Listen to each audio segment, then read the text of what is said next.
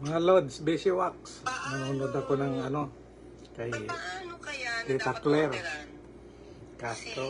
si Ombudsman, napakita mo yung warrant of arrest kung mismo ang ICC nagsasabi na it cannot Regarding kay confirm Bato, arrest warrant versus kain tayo ng pakbet, mga idol. Yan, pampahaba ng buhay. Hindi pampahaba ng baba. I mean, shout out. Gustong pakbet, pampahaba ng baba. Ay, hindi, buhay pala. Kaya't mo, manang, pampahaba ng baba ay buhay. No, kaya't mo, text ka lang. So kung meron dito, edi malamang doon nakuha. Pero kung wala, wala.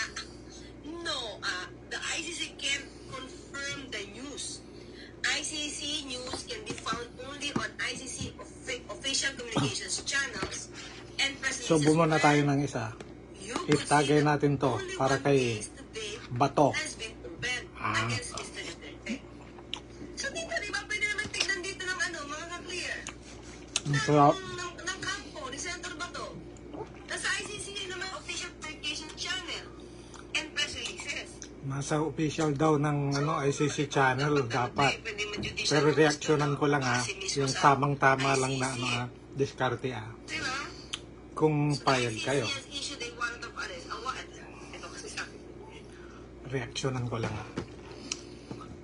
Ayan, kasi ano, nagtatago na si Bato. Natakot na talaga as in tagong-tago na. Daya pa nga niya nung tinalo pa niya nga ang Paco kung magtago.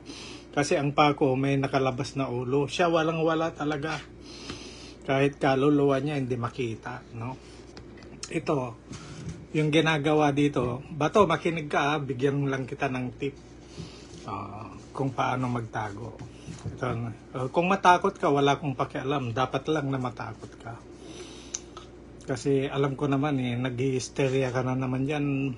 Trillanes! Ganon na naman, ikaw pang magposa sa akin, di ba? Pero ngak ka lang ng yan, takot mo lang talaga yun, no?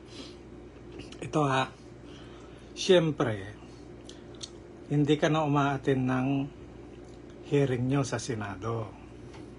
Di ba?